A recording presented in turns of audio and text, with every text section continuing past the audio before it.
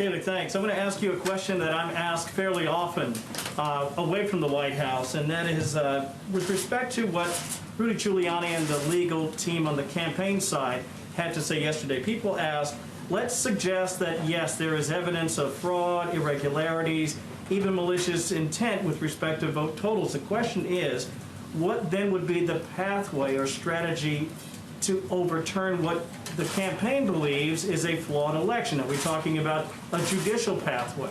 Are we talking about a legislative pathway? And a follow-up, how soon might Americans be able to get their hands on a COVID vaccine? Yes, so to your first point, I would say this. There's been multiple pieces of litigation filed across the country by various individuals, the campaign and others. I will leave it to the campaign to make those determinations as to how to proceed, but the president's been very clear. He wants every legal vote to be counted and to make sure no illegal votes are counted. But with regard to a vaccine, we believe that there will be 40 million doses available by the end of the year. Again, this is extraordinary. This is the fastest vaccine in history by fivefold. It's really extraordinary progress. You've heard Dr. Fauci, among others, say that, and it was only made possible because of this president who said at the same time I'm pursuing a vaccine, I'm going to do something novel. I'm going to manufacture it. So many American lives will be saved thanks to President Trump and the great work of Operation Warp Speed. Can I follow up one more? Just one thing about the COVID vaccine.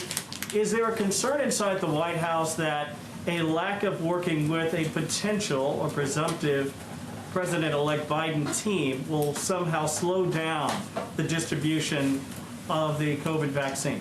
Yeah, I'm glad you asked that question. It's an important one, and not in the slightest, because in fact I did hear the former vice president say yesterday he was concerned about not being able to distribute a vaccine. He shouldn't be. Maybe he hasn't seen, but we have publicly available that plan that I mentioned in my opening. It's the COVID-19 vaccination program, the interim playbook for jurisdiction operations. This is publicly available if the former vice president would like to read through it.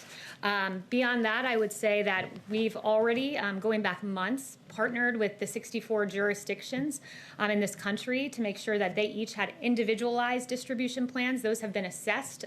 Those have been made certain that they're good and operational. So this work has been ongoing. There's a distribution plan in place, which is why you heard General Perna say yesterday that within 24 hours of getting that EUA, the emergency use authorization, we will be able to distribute this all across the country.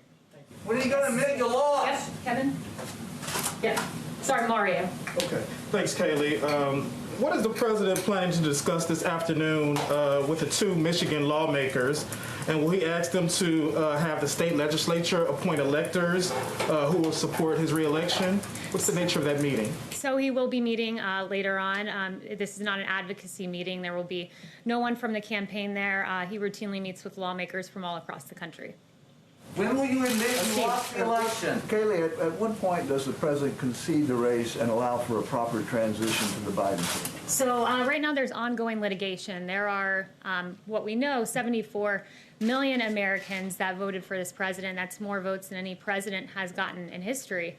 It's really extraordinary, and there are very real claims out there that the campaign is pursuing. 234 pages of affidavits publicly available in one county alone, that's Wayne County, and two individuals on the canvassing board there that have declined to certify. So these are real claims. These individuals deserve to be heard.